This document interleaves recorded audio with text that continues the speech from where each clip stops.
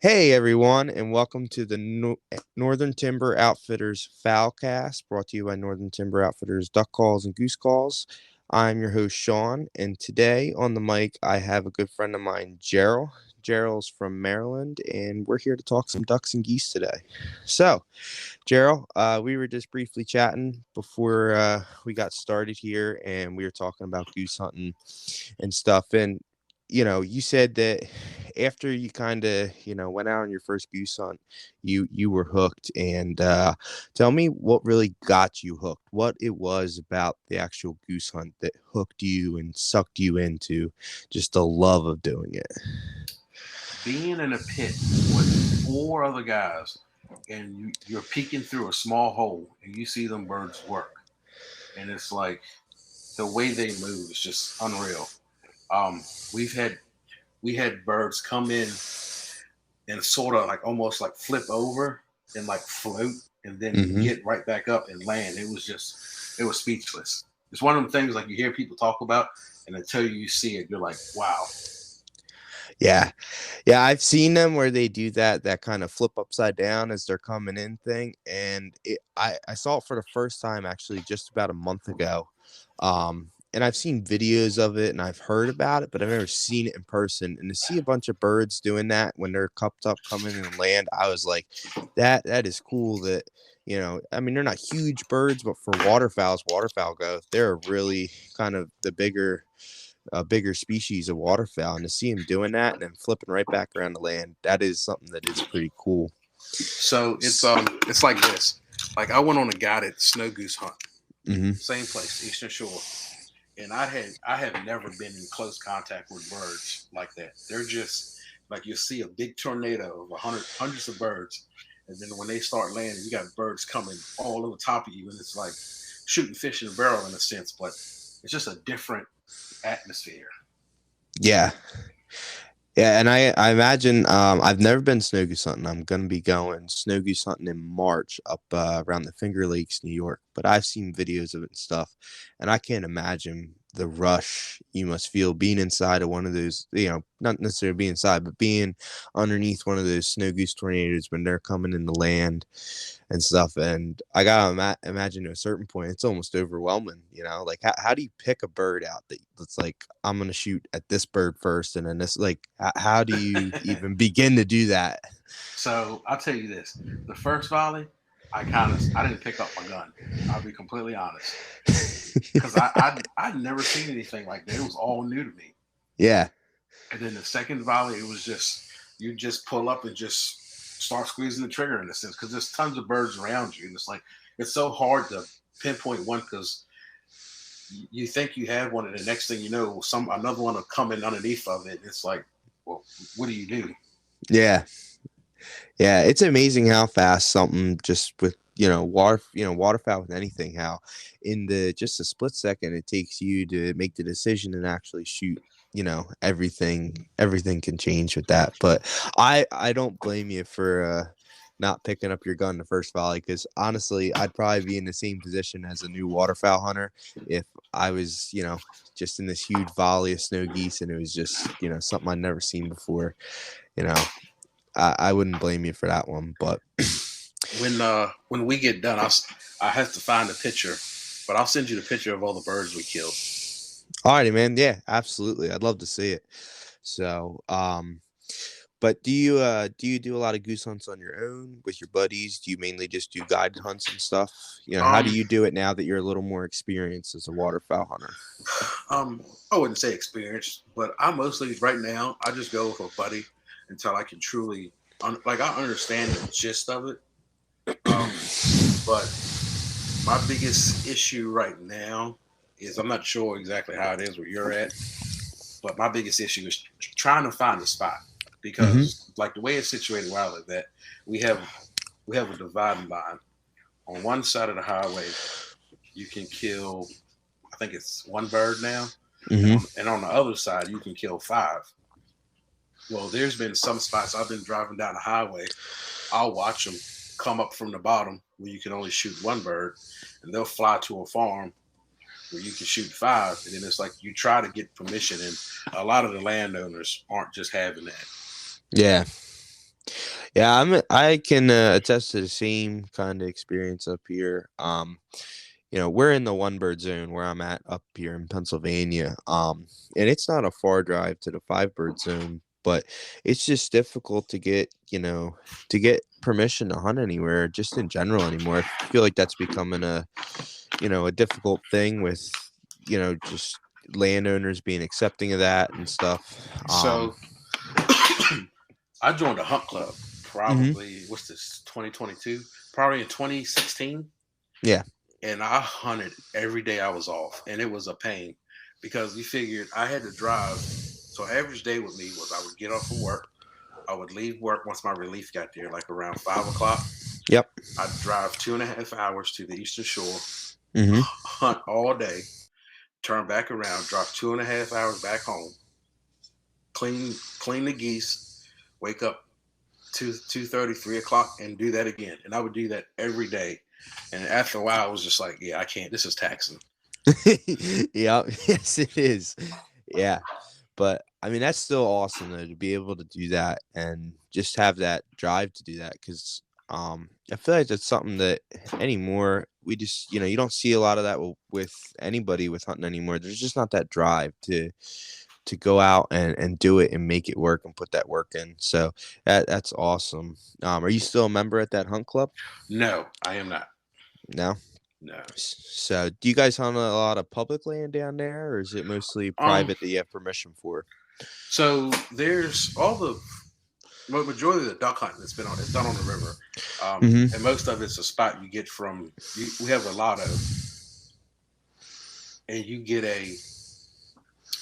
If you get drawn, you get a number. You get to select a blind on the river, Mhm. and then some of the spots you have to call DNR like the day before and say, "Hey, I want blind number such and such in a chick," and that's how you get it. Mhm. Um, some guys have spots who live on the water. It's just it's wishy washy in a sense. Yeah. Now, are you allowed to hunt spots other than those blinds, or are you strictly I mean, if allowed you to know, hunt the like if my buddy blinds? has a spot, I mean, I can hunt with him Mhm. on it. But I like I myself, like if I say, "Hey Joe, I want to hunt your blind tomorrow."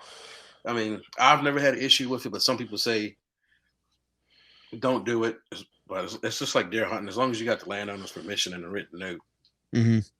that's what I've always been told. I mean, if you ask 10 DNR agents, you'll get 10 different answers. Right. Yeah. Yeah. No. What do you kill mostly down there on the river? What are you killing? Diving ducks, puddle ducks. What do you shoot the most? Lately, that's what it's been. It's been a diver spree. I haven't really got into too many puddle ducks. No. I'll tell you, I've actually been seeing quite a few divers. I would say the number of divers I'm seeing, like up on big water up here, is definitely been more on the diver side than puddle ducks, which is kind of exciting for me, just because, yeah, I've been seeing a lot of bluebills and some ringnecks and stuff, which is something we get, but it's usually few and far between here in my little corner of the state. So I'm pretty amped up to see those birds coming down and stuff. But what all have you shot for diving ducks? A shoveler. You got me on the spot on that one. I'm trying to think. Hmm. It's shovelers, bluebills. Hmm. That's mostly what I've killed around here, and Hmm. some of the spots I've been. Um, Now I could give you the number to two of my buddies that they've killed completely different ducks. I mean, it's just like the other day, a group of friends went out. They killed, I think, a couple shovels and a couple bluebills, but the guys on the other side of the creek they killed all puddle ducks. So it's like, Hmm. how do you Yeah, what do you do? yeah, I get what you're saying there. So, and then you were telling me earlier you like to hunt sea ducks. So, is that something you do with your buddies, or you like going Yeah, on guided trips for that? no, my buddy he does it, and we went one day, and I was like, oh, this is pretty cool. We just Hmm. sit in the bottom of the river and just tell jokes and shoot ducks as they pass by.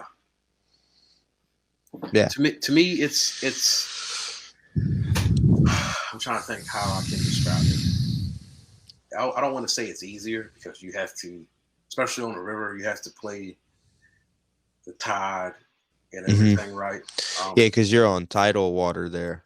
I think to me, because I don't know how to do it yet, I'm still learning, but Hmm. not having the stress of worrying about calling and if your decoy placement is correct. I think Okay. I think that's why I enjoy it, because if you think about it, like if you think about it, you sitting in the blind and you got, let's say we got 2 dozen decoys out, mix of mallards and everything else. It's like you have to, in a sense, place them in the right way so that way you have holes for the ducks to land in and everything. You know what I mean? Yeah, I get what you're saying. Absolutely. And I think that's kind of why I rather sea duck hunt, honestly. Hmm. And I don't know how it is for sea ducks. I'm sure you'll be able to kind of share with us on that. But I know for like diving ducks, when you're hunting like buffleheads and bluebills and stuff, goldeneye. I've been like particularly when I've shot buffleheads. I've been standing up, getting in the blind after just putting 6 decoys out Oh, and 15 yards in front of the boat, and they just land right there. It's like mm-hmm. I'm standing up putting shells in my gun. We Yep. have no grass on this boat blind here. We're just kind of floating here, and they come right in, like just didn't care. So I don't know, is it the same way with sea ducks with that, where they don't really, your hide doesn't matter so much, or Um, are I, they a little more picky? I haven't seen that, but I mean, I know the times we've been out, it's just as soon as we get set up, they just start flying. Hmm. Yeah, I mean, I've heard guys say they've experienced that on the bay, but I haven't seen it, so I can't give you a 100%. Yeah, that's what happens. Alrighty. That's cool, man. Sea ducks are one of the things that I haven't done it yet, but I am interested in trying. And now that I think about it, a lot of it probably is the same reasons why you like it. When you think about hunting, puddle ducks and stuff, and the work that goes into it, it's like, your hide has to be right, and it's got Mm-hmm. to really blend in. I mean, mallards in particular, but like any puddle duck, when they're working and stuff, it's not that they're deciding whether or not they actually want to be there. A lot of times they're trying to pick apart your entire rig, your entire setup. They're trying to look for that one thing that's like, there it is. We got to get out of here. And your call and your decoy spreads and stuff. And anymore, it just feels like everything gets so hyped up. It's so stressful. So I could see why you really do enjoy that. And I'm gonna have to try it now for Yeah, sure. I'll get you down this January, and I Uh, think another thing you missed too is like you know how you hunt, like prime example, everybody duck hunts in January, and mhm. depending on where you at, either the river or lake freezes over, and you have to break ice, or you get Mhm. some kind of weather storm. Mhm. And I know from talking to people, and you watch all these guys on YouTube, that's probably the one thing that they always revert to. And I don't want to say complain, but they make it a known issue is, oh, we got to go out and clean the decoys because they got ice on them and they don't look right. And it's like, Yeah. Yep. how, Yeah. how can you truly enjoy a hunt when you have to constantly go in and out of the blind? Yeah. No, yeah. Absolutely. I know there's been some hunts and stuff where like we don't have an ice eater just because a lot of times if it gets cold where water starts freezing, the river we like to hunt a lot and that we have probably the most spots we can hunt gets really good because all the small water freezes up. But there's been some late season hunts and just like in December and stuff where it's like, we don't have an ice eater and I'm just, I got some like Rippler decoys. I got like a splasher or something going, just trying Mm-hmm. to keep that water moving just to keep the hole from freezing up. And it's like every like 25-30 minutes, it's like I got to go out and I got to break a hole open again. So yeah, I agree with you. It's not necessarily something people complain about, but it's like it's that thing that it's like they're not complaining about it, but they're making sure like this is an issue. Like we got to go do this. And it's part of the work that goes into duck hunting. But you know, like you said, it's a problem in the sense that you don't want to have to deal with it, but you do. And I could see there, you know, sea duck hunting be a lot more fun with that because you're in that brackish water. You're not having a ton of water freezing on the decoys necessarily, and they might not even care care as much. I've heard of guys just using like milk jugs and stuff painted black and white for Hmm. divers and sea ducks. So it's kind of nice when you can just kind of relax. You don't deal with all the stress with that stuff to shoot those types of ducks. So I'll definitely have to try that. But what would be something, because you said you are newer to waterfowl. You've been waterfowl hunting about 8 years, am I right? Yeah, like off and on. I mean, it's mostly until I can get my other boat going. It's mostly been. I'll call my buddy, say, "Hey, you duck hunting?" He says, "Yeah, you want to come?" I say, "Okay, I'll be at your house." Yeah. It's been sort of like that. Okay, so what advice would you give to a newer waterfowl hunter or somebody who wants to get into waterfowl and they want to try it out?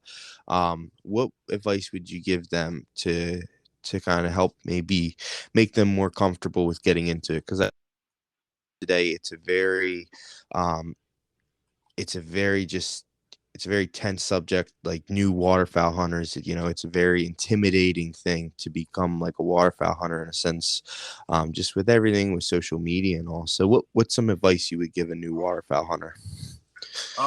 Well, I can tell you this: the gas station talks don't work no more. Um, my Yeah. best my best bet would be just get on Facebook and try to network with somebody. Hmm. If none of your friends do, or see if you have friends of friends that do it. I mean, it's hunting in general now is very cliquish. Like it was cliquish before, Hmm. but now it's like really cliquish. Yeah. Yeah, I can agree with that 100%. And I like what you're saying there with the Facebook thing. I would say to kind of back on that, one thing I would recommend is just don't post in a group.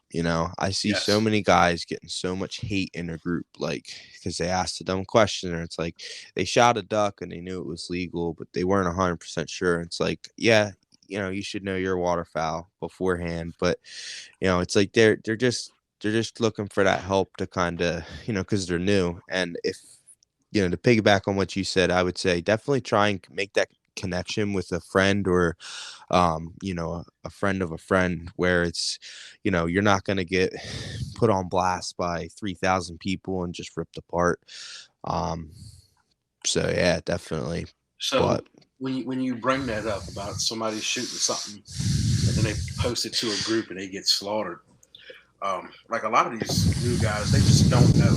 They never had nobody teach them.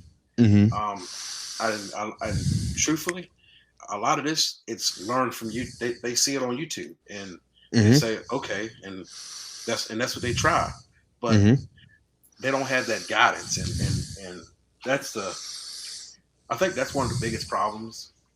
It's not like back in the day, like our dads and their dads, like where it was passed down from generation to generation to generation. Like my dad doesn't even hunt, so everything I've learned has either been from YouTube, magazines, or talking with my buddies. yeah. That's it. That's it.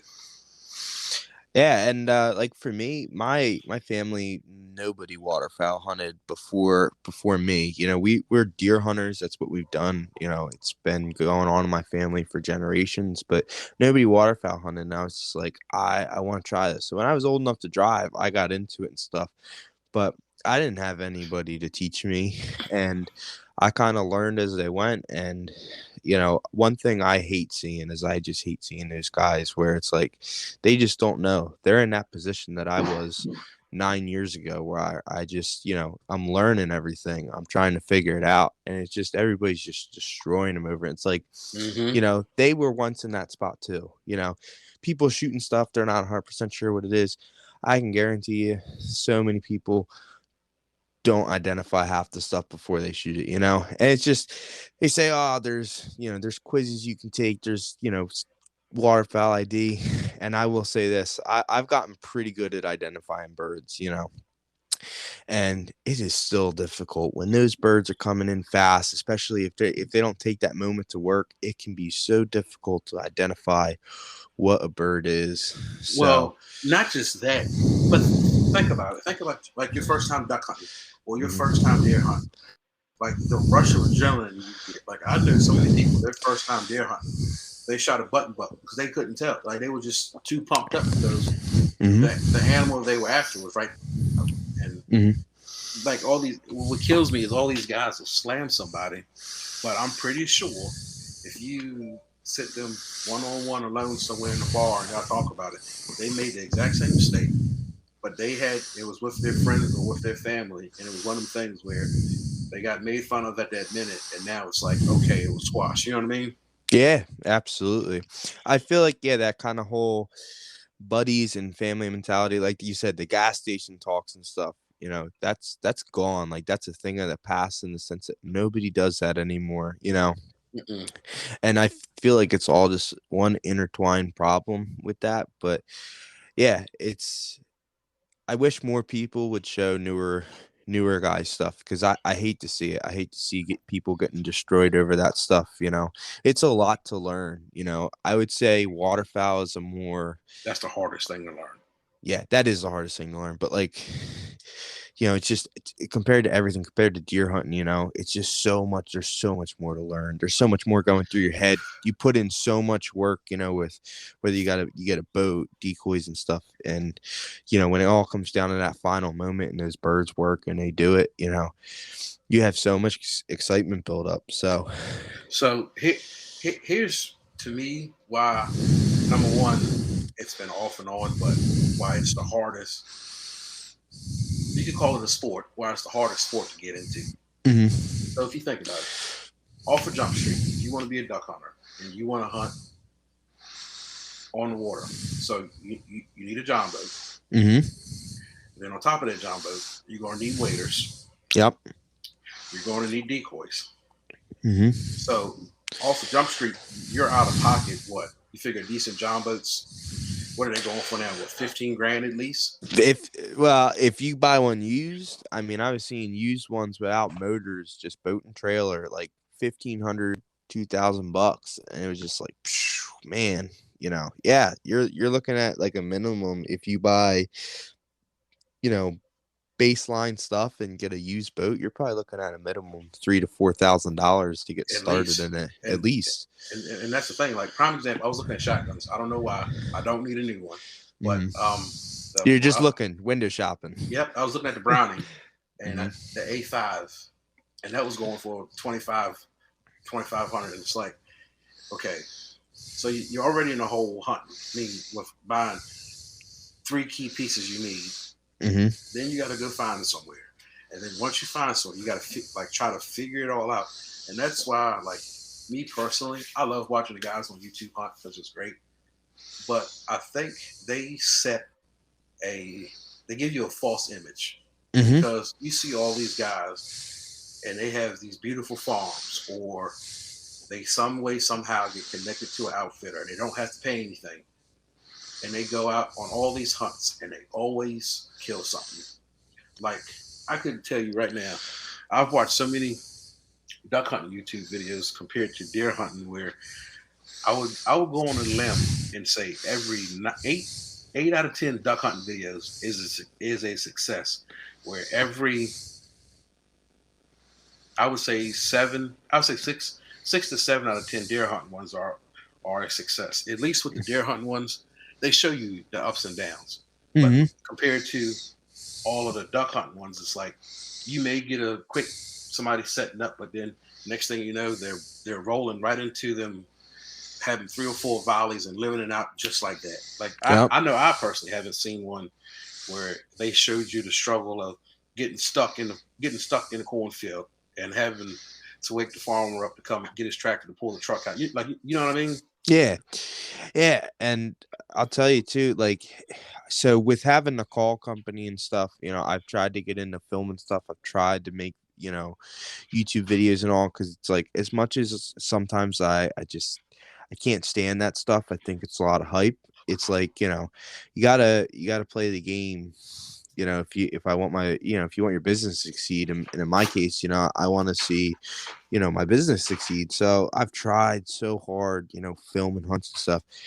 What people don't see when they watch YouTube hunts of waterfowl hunting, is it is nothing what it seems like on TV. Yeah, those guys went out and 6 of them shot, a 6-man limit of, of mallards. They killed 30 greenheads or whatever, wherever they're at. And it's like, yeah, like that was awesome. Look at that. Those ducks were just coming in and coming in and coming in. It's like trying to film hunts. I can tell you right now, it is nothing like what they make it look like.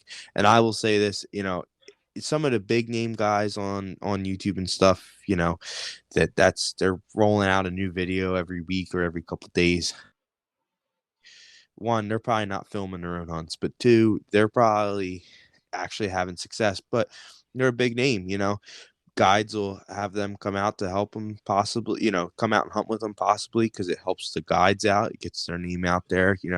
They also kind of have more chips in the, in the game to, pay to go here, pay to go there. And, they make it look easy in a sense. And, they might go out and every hunt they film is a successful hunt. But I can tell you from, trying to do it, I have yet to film one duck hunt where it's like, yeah, I got a 15-minute YouTube video to put together of us just beating them up. It's just, it just doesn't happen. And as much as I love sitting down and I love watching YouTube videos on duck hunting and stuff, it's like, man, it's just, they make it look so easy. And I feel like they give people this false sense of hope in a sense. It's like, yeah, I'm going to get this, I'm going to get that. We're going to go out here and kill them. And it's like, it is nothing like that. and I think that's the thing that also upsets a lot of people. Now, granted, there may be some YouTube guys who are legit and they do have struggles, but if you're like, to me, if you're going to have a successful channel, especially something like that, like every once in a while, just show us a struggle so people know, yeah, it's real. Like there's going to be times where you sit in the blind for 3, 4, 5, 6 hours and you don't squeeze a trigger at all. And it's like show the people that. Right. Yeah. And I've started to see a shift slightly where people want to see that more. They want to see the struggle. They want to see the real deal. They want to know that what they are watching is real and what they're seeing is they're seeing another hunter who's just like them and they're struggling. They're out there, they're grinding hard, trying to, get the birds and stuff or whatever it may be. But people like seeing that because it's like, hey, I can relate to that. And, I've even watched some stuff where it's, it's a no-name channel. They're filming their own duck hunt and stuff. And I've learned a few things. And it's like, man, I didn't even think of that. Like, why didn't I think of that? Well, that's like a prime example. 2 channels I watch. Born and Raised Outdoors and The Hunting Public. Yep. Born and Raised Outdoors, if you don't know, they're big elk hunters. And The Hunting Public, they slaughter monster bucks on public land. Yes, they do. I've seen it in if not every 1 and 2 videos, every video you see where they have problems or something's wrong, or they can't get the elk to come down the mountain the way they want to, or they can't get that buck to come out of his bed. But you see the stress in it, and you see the stress in their eyes. Like, okay, but you go to a duck hunting video, you don't see that. Yeah. Yeah, you don't see, when you're stuck on a mud flat with your surface drive, and it's like how are we gonna get this thing out of here? You don't see all that stuff. And I know, like, for the elk hunt videos and stuff, it definitely, seeing that stuff definitely plays into that suspense factor of, like, what's gonna happen? Like, is he gonna shoot that bull? What, like, is he gonna end up getting it? And even though most of the time, like, if you're watching a 25-minute elk hunt on YouTube, in the end they're gonna shoot it. They didn't put a 25-minute video up of nothing. But it's like it still builds that suspense factor. Like, all right, what's next? Like, I want to see this happen. You get sucked into that stuff. And that's one thing, like, I can sit down and get sucked into, like, an elk hunt. I can sit down and get sucked into a deer hunt on, watching it on YouTube. But, like, sometimes when I put waterfowl hunting on, it's not so much that I'm, like, watching it intently. It's just it's there because I want it on the TV. I'm over here folding laundry, I'm doing whatever, and it's just up on the TV. I'm not sucked into it. And I think part of it may be because it's just like, you know, they might show you a little clip from scouting. They might, they show a little intro and they're loading up their truck or they're getting in the boat or whatever. And it's just, throwing some decoys out, putting the blind together. All right, we're killing birds. And it's just, you only see that success. You don't see everything leading up to that. Have you ever noticed on duck hunting YouTube videos? I can't think of the channels, but they're duck hunting like a pond in the middle of a cornfield or something, and you'll see them in the morning. They'll pull up in the truck in that 2500 with a nice enclosed trailer. You see them out there setting up decoys and no problem. But then next thing you know, it's sunlight and here comes the flock of mallards just ready to be shot. But and then you turn around and go do that, and it's nothing like that. You'll get stuck, or the farmer won't let you drive on the cornfield. So here you are toting bags of decoys half a mile. I'll tell you what, I can firsthand relate to that. So, like I said, I had never really hunted geese before last year. I really kind of got into it and stuff. I was like, I can make these calls. I know it's something else to do. Like, I'm gonna give it a try. My one buddy Corey, he loves hunting geese. I was like, all right, like let's do it. So we got I don't know, we're running like 5 dozen Bigfoots, which it's nothing. 5 dozen decoys for Canada's is nothing. But we don't hunt like huge flocks. Like we're not working flocks of 300 birds. We're working flocks of like 25, and we hunt all public land. And every other year they plant soybeans in this one public land field around the corner from my house. And if they plant soybeans, they'll be cut in like October. If they plant corn, it won't get cut until after hunting season's over. I don't know why they do that. Maybe it has something to do with it being corn on public land that you can hunt. I don't know. But I was like, listen, like I've seen geese in the field before, and I was like, they fly from the state penitentiary because they have tons of cut corn there over to the golf course to loaf. I said, traffic them in there. I was like, it's a big enough field, like we can do it. And so we went and gave it a go. And I will say this, you see it on the, I just envision it in my head, like, a YouTube video where it's like, yeah, we're going to pull in the field. You can't drive in the field. We don't have an enclosed trailer. We got 2 pickup trucks. We loaded them. I mean, they were overflowing with decoys and, our layout blinds and stuff. We had decoys in the cab, and it was just, we pulled up on the road there. We unloaded everything. We had to park the trucks like a quarter, a half mile down the road and walk back up. And then we had to drag all that stuff out into the field where we wanted to set up. And it's like, this is nothing like what you see on YouTube. And I kind of was in awe with myself that I let myself do that. But yeah, it's a lot of work. You don't see the work, that's for sure. Yeah, and I don't want to make it sound like we're knocking these guys, because we're No. not. I mean, in no way, shape, or form. But it's just like, chances are they started out just like I did as a kid, dragging whatever out into the field to hunt, or pushing a canoe across the marsh to hunt ducks, whatever it may be. They probably started out, real small, real simple, and they worked their way up to, like, they found that their passion was goose hunting out of a pit blind, and now they have a 200-acre farm with a heated pit blind and a kitchen.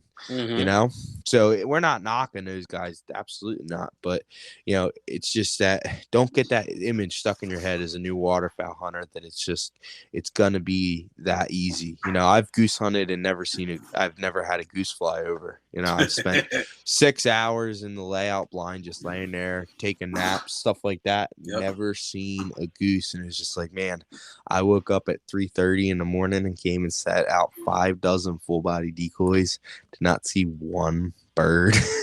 You don't use silhouettes? No, I want to. And it's just that I just haven't bought them, just because we really, we've been using the full bodies, and they're working for us right now. We're not doing too much goose hunting. I might try and get some before our next split comes in, which I think it comes in on like the 21st of December up here. Hmm. I might try and get some just because, if we're hunting somewhere where it's not like we can just pull right in, and put decoys out, that might be nice. Plus, I actually kind of like those because they have a movement factor to them that not a lot of people think of, in my opinion. You know, with those decoys being two-dimensional, when you put them out like that, as birds work, they can only see certain decoys at certain times, and they kind Hmm. of give that element of movement to the spread because it's like, well, I didn't see that bird. That bird must have just moved from there.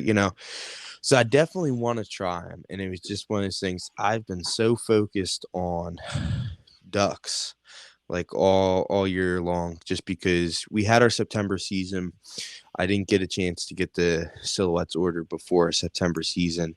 We just had like a 5-day split last week, and it was just I was so focused on ducks because ducks came back in last week. I haven't taken the time to get them, but I might try and get some before our final split comes in here at the end of the month.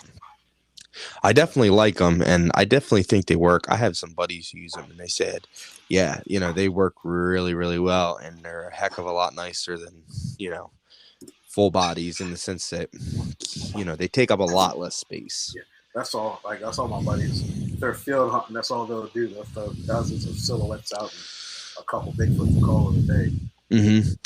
Yeah, well, we have those, well, Bigfoots, and then I think we have some avian X's too that are on the stands. I like the ones on the stands. We'll put the Bigfoots out, and then we'll mix those avians kind of in all over the place because they move really, really well in those stands. They create that movement to the spread. But So, so I'm in that process now. My buddy's helping me buy decoys and stuff. mhm. But I think it was last season, because he has a guide business. He bought probably 6, 7 dozen of the dive bombs, and them things are nice. Yeah. Yeah, I got the chance. Me and two of my buddies, we drove down to Squad Fest for Dive Bomb in Missouri during the summer. Hmm. And I've seen their decoys before, firsthand and stuff, but I got to meet those guys. They're some really cool guys. Their decoys are pretty sweet, and I know that now there's a lot of different silhouette companies out there. Like Cabela's makes their own. I know there's Big Owls. A lot of people like Big Owls decoys. Dive Bombs, obviously the biggest, if not the biggest, silhouette decoy name. Um, Hmm. but I'm probably gonna go with the dive bombs just because I've seen those, and they just really, the big thing is they seem to be the best priced. I've looked at like, all right, well, how much are the Cabela's Northern Flight ones? Well, if I get 3 dozen, it's still like the same price as buying the dive bombs. So, yeah, I haven't not sold on one, Yeah, decoy company yet, but yeah, I will say that they are some pretty nice decoys. I know. Like to me, like when it comes to goose hunting, like to me, this is just me now. It seems like that's what their passion is. Hmm. Is that, and Yeah. like you said, there's tons of other decoy companies, and I'll buy whatever when it Hmm. comes to that. But when you look at those guys, it just seems like that's what they want to do. And Yeah. Yeah, and seeing their passion for it too. It's like, these guys are passionate about what they're doing, So, I've seen other videos from other decoy companies and stuff, and it's the same thing. You watch anything from like Avian X, from when it was Avian X TV to now, I guess it's just kind of like Fred Zink doing his thing. It's still that passion factor to it. Whenever you see somebody who it's like they're hunting and they're excited about what they're doing and they're passionate about it, that's a really huge thing for me. It's like being able to relate to what they're feeling when that success factor happens. It's a connection that is made, without people even knowing, like, all right, that's awesome. you're absolutely right. So yeah, so what kind of boat do you have there? So, uh, my first boat I bought, it was an old fiberglass. I mean, I'm sorry, it was an aluminum boat, an old Astro.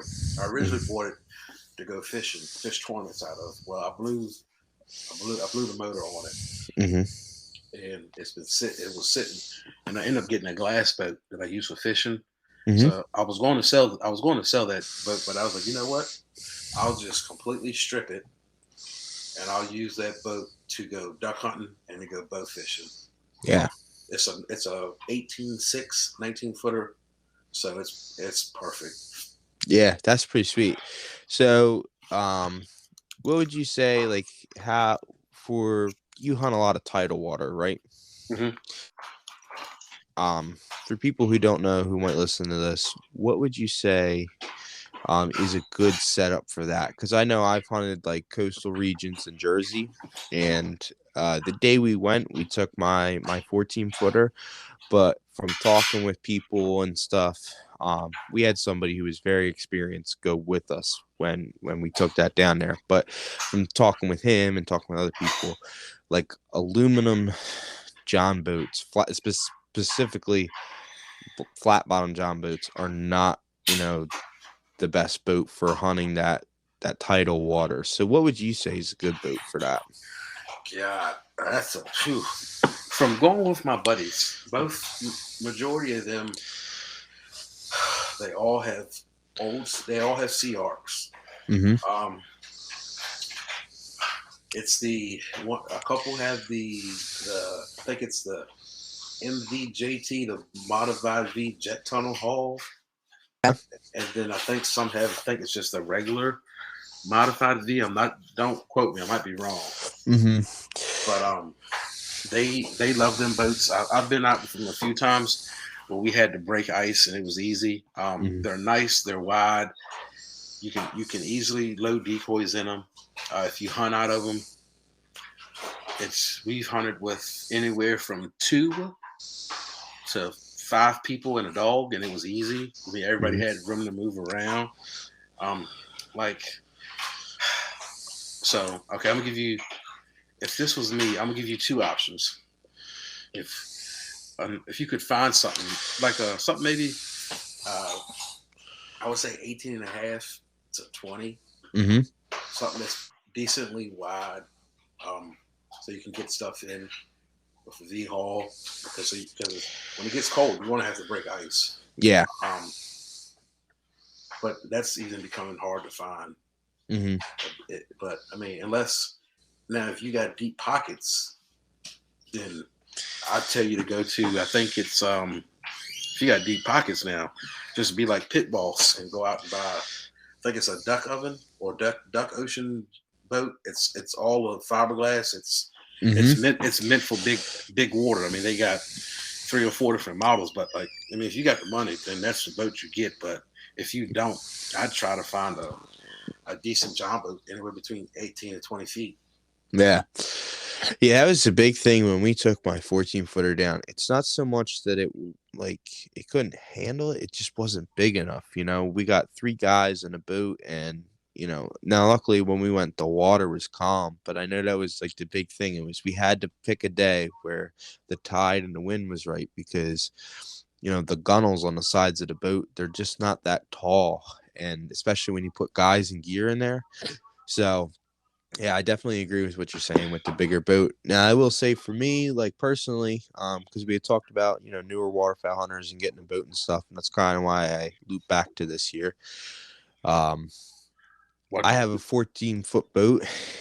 It's actually my buddy Corey's old boat. He ended up picking up a 16-foot mod V over the summer, so I got his old boat. And for me, I don't need anything else. I mean, trust me, I would love to have like an 18-foot boat and stuff, but I'll tell you what, I love having this boat because I hunt a lot of smaller rivers and creeks and stuff. Mm-hmm. It is so nice to have a lightweight boat. We had to drag that thing across the mud flat down in Jersey, and it is so nice to have a nice lightweight boat for the water gets too shallow, or you got to pull that thing up on the bank or something to kind of tuck it away. I will say that is nice. So I'm running a 14-foot flat bottom, and I just got a 9.9 on there, and Mm-hmm. it does great for me or me and one other person. But And that's the thing. Like, so it's not like prime example. I like bass fishing. It's not like a Hmm. bass boat where you can just go out and get a bass boat and you'll be fine. Yeah. You can make it work for you. Duck hunting, it's night and day difference. Like, yeah, you could go to Bass Pro Shop and buy, what do they sell? Trackers and grizzlies. Hmm. You could buy one that's they got made up for duck hunting, but it may not fit your style. Like Right. if you're just hunting creeks, you may not need that. Hmm. Like I know if I was to start from scratch, like if I was watching something and say, you know what, I want to start duck hunting tomorrow, I would probably try to get with my buddies and look, guys, I want to start duck hunting. Can you help me get a boat? Y'all the ones who hunt the river and hunt these creeks all your life. Like, what do I need? Yeah. And like instead of just going out and buying a regular whatever. Because Yeah. go ahead, buddy. I was gonna say, and that's a big thing too. Like, you don't want to just go out and buy something because, I mean, realistically, like for what we do for hunting, we almost need two different style boots, like on complete opposite ends of the spectrum. Yeah, We'll you hunt almost do. we'll hunt tidal water and stuff. We'll hunt along the coast in Jersey and everything, and the big water down there. But then it's like the same boat that works well, like is works great down there, is worthless on the river up here. It's just how it works. And so yeah, it's so important to make sure you pick the right boat for that. So I just pulled up the boats I was talking to you about. It's called they're duck water boats. Yes. And this is the Ocean series. Like if Jarrell went out hit the lotto, this is the boat I would buy. It's let me find it. Here we go. It's the Ocean 21. Mm-hmm. 21-foot boat. It's covered in camo. You got everything you need, right? It's 21.6. Yeah. And it'll shoot 6 people, is what it says, looking at the pictures and stuff. Now, this boat alone, you don't even have the motor or the trailer. From the research I've done with this company, but you're already at 20, 26.9 Yeah. off of Jump Street. Mm-hmm. But it's a nice deep boat where you can pretty much put it anywhere and go duck hunting. Yeah. No, they are nice boats. I know. Our buddy has a TDB. It's a style. It's like they're made more for that, tidal water and stuff. So he's got one of those, and they don't make his model anymore. But the equivalent to that now, it's like a 14-footer Mm-hmm. starting, just the boat, no motor, trailer, nothing. They're $20,000. Yeah. Because I rode in this thing and I was like, this thing is sweet. I was like, I want one of these. And I looked it up and I was like, man, I don't want one that bad. And that's the thing. Like ultimately, this is what I would love to do. Like I would love to be able to deer hunt from September to December, and Hmm. then once December hit, I would love to be able to put all my deer stuff away. And from December to end of January, if you're looking for me, I'm either in the creek or on the river duck hunting. Yeah. But it's just trying to get everything to do that. It's so hard. Like you have to have the time, the money to do it to start. Yeah, absolutely. And that's where doing your research really, really comes in handy, when you're making sure you're picking out the right gear and stuff and not overdoing it. Last thing you want to do is go buy a 20-foot surface drive and spend $50,000 and then realize, man, this is not the right boat for, running a shallow creek. Like I know a guy that I know people who bought boats with mud motors for around here, and it didn't work out for them. They were pissed off about it. Hmm. It's like, what do you do? Yeah. Yeah. And, that's a lot of that could be too. There's just right now, especially with like TikTok and stuff, there's such a huge hype behind surface drives and stuff because, they can do some badass stuff, but, you know, they just don't fit every single application. Especially when you get into that tidal water and everything. I'm sure they're great when the tide's out and everything, but as far as when you're running deep water, you're running rough water, they're just not the motor for it. And that's the thing. Like I learned here, like all my buddies, like one of the creeks we always hunt. They're like, when you hunt this place, you want the wind blowing because it'll make the ducks fly. And if you got a small boat, you're not going to do anything because you're not going to be able to get out there. Right. Yeah, I'm excited. I'm going out tomorrow morning just because we're supposed to have pretty heavy wind gusts and stuff. And I was trying to pick and choose carefully where I was going to go because I was like, I could go over to one of the lakes, but I seen 46-mile-an-hour wind gusts, and I'm just thinking, I mean, that's a lot of wind. And I mean, mind you, I'm just hunting. It's a small lake compared to lakes around the country, but still, Mm-hmm. I was like, I think I'm probably gonna choose to go somewhere else, just because I don't have a boat that handles that rough water really well. But I am excited to go out tomorrow. I'm hoping with the wind and the rain and stuff moving in, the birds will be on the move and can make something happen. Yeah, that'd be nice. So, well, have you gotten a deer yet this year?